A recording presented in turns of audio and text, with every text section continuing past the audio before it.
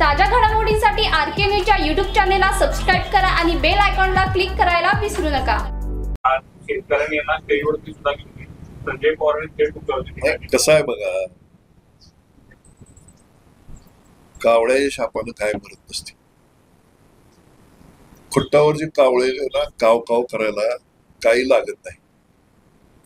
काय माझा स्वार्थ आहे मला सांगा, ह्याच्यामध्ये मी काय स्वार्थ साध्य केला? हे बोलल्याशिवाय ही जगू शकत नाहीत अशी जी अवस्था आहे। त्यामुळं त्यांच्याबद्दल मला अनुद्गार काढायचे नाहीत, त्यांच्याबद्दल वाईट काय बोलायचं नाही, परंतु तिने सुद्धा भान राखायला पाहिजे ना कुणाबद्दल आपण बोलतोय, काय बोलतोय। तिनेच आता एक बोललं ते शेतकरी संघटनेत प्रवेश केला। शेतकरी संघटनेचा मी आधार घेतला होता।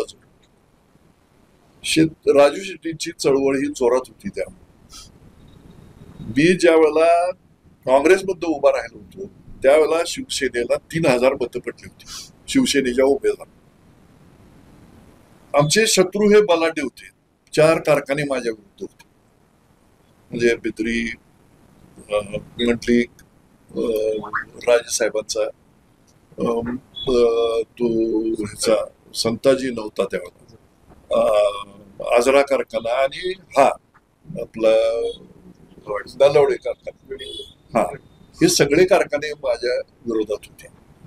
मग ह्या कारखान्यांच्या विरोधासाठी मी सुद्धा शेट्टी साहेबांना बऱ्याच वेळेला साथ दिलेली होती। 3000 पेक्षा जास्त मतांची बेरीज हिची होईल या अभिलाषेने मी त्यांची मदत घेतली होती। माझ्याकडे ना धन, ना संपत्ती, ना सत्ता, मला फक्त गरिबांचा आशीर्वाद, एवढ्यावर मी आयुष्यभर लढाया केल्या। आणि जेने किल्ल्यातलं जन्मभर बसून काढले तिने आता आमच्यावर बोलावं, कशाला बोलायचं? बाबा, तुम्ही उद्धव ठाकरेंशी काय चर्चा केली का भाजपमध्ये जाण्याआधी, किंवा विधानसभेमध्ये देखील तुम्ही मुश्रीफांना पाठिंबा दिल्यामुळे कुठेतरी नाराजी दिसली होती संपूर्ण पक्षामध्ये? नाही, बघा, उद्धव ठाकरे साहेब हे सज्जन माणूस आहेत, अतिशय चांगले आहेत, त्यांना मी काही कल्पना दिलेली नाही।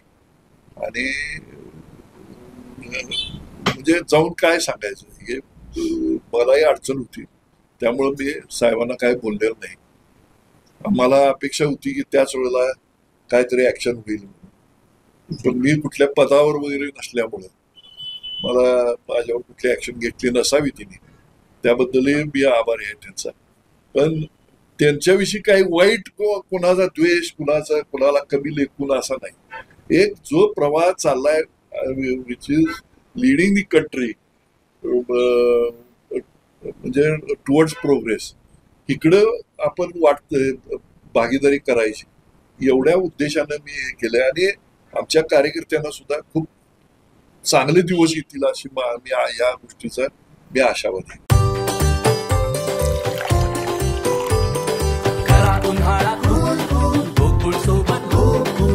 गोकुळ सोबत गोकुल डेअरीतली रांगा, रांगातनी किटल्या, किटल्यातनी दूध हाय भारीच ग, भारीच ग, भारीच ग। दूध भारी, फॅट भारी, SNFB भारी, ही किमया फर्टिमिन प्लस ची चारी। गोकुळच्या महालक्ष्मी पशुखाद्य कारखान्यानं आपल्या दूध उत्पादकांसाठी नव्यानं उपलब्ध केलेलं सिविड युक्त मिनरल मिक्सचर फर्टिमिन प्लस। दुधाला रेट, वर्षाला वेद, आपल्या डेअरीतून आजच आणा फर्टिमिन प्लस।